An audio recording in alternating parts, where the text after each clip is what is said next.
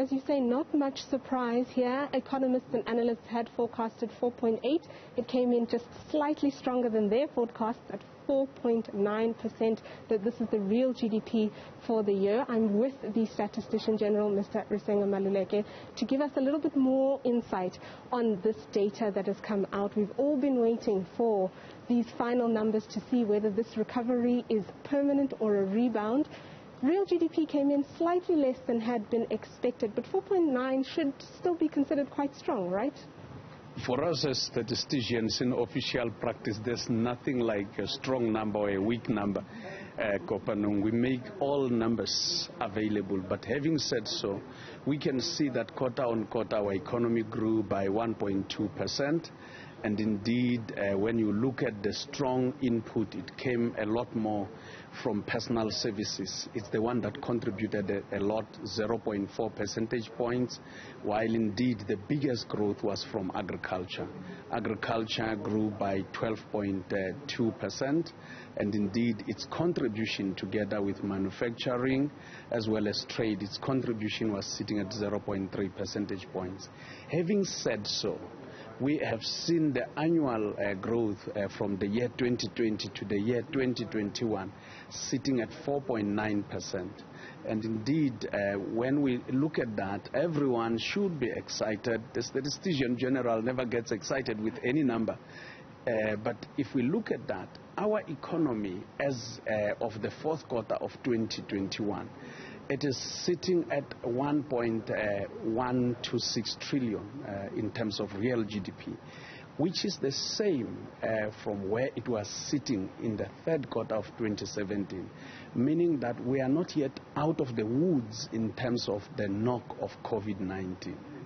And before we get there, I just want to take a step back quickly on the personal services point that you just raised. Now, although it only had 2.2% growth, it is the largest contributor to the overall GDP number. How do we reconcile that information? You had explained it a little earlier, but for those that didn't understand or see it, how do we make sense of that? What happens is always when we look at a number, we look one in terms of the growth rate of that area plus the contribution. So in the number that we have returned of 1.2% in terms of the quarter, the contribution of personal services, which includes education and health, you will remember with the benchmarking and rebasing, we have moved education and health from government and social services straight to personal services.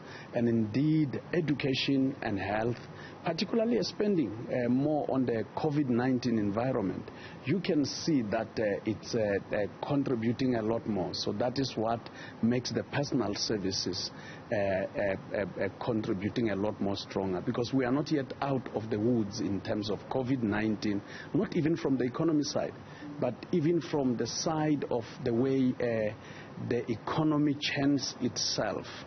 Yeah. And you raised that when you mentioned that Q3 2017, our economy was the same size then as you see now in Q4 of 2021. So for the last 3 years, COVID withstanding and the impact that COVID had, we are really stagnating. Would that be a fair assessment when you look at the data?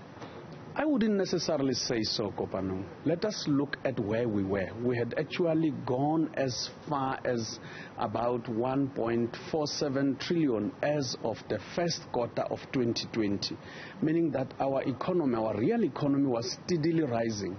Come COVID-19, as of the end of March, and indeed our economy in April, May and June of 2020, that second quarter was given the biggest knock we have seen. Not only our economies all over the world, and it dropped to about 947 billion, which was a biggest drop. But after that, as of the third quarter, it started recovering. And as it started to recover, it is showing a strong recovery. However, we are not yet out of the COVID-19 environment. And indeed, there are a lot of effects. Let us look at exports and imports, for example. During the third quarter of 2021, most of the ports and harbors were closed. So when they opened, we saw expenditure on GDP on the side of exports and imports. Exports rising by 8.5% and imports rising by 8.9%. Let's talk about household consumption as well. You've just raised imports and exports. Household consumption, in fact, in this quarter has also grown, which I think from the economy side is a positive sign that economic activity is picking up again and that households are spending. When you looked at that data, what was interesting about how and where consumers are spending? Kopano, the Statistician-general is never interested in any number. All numbers are important in terms of working out what we must inform the public. But we have seen positive growth in all purposes of household expenditure.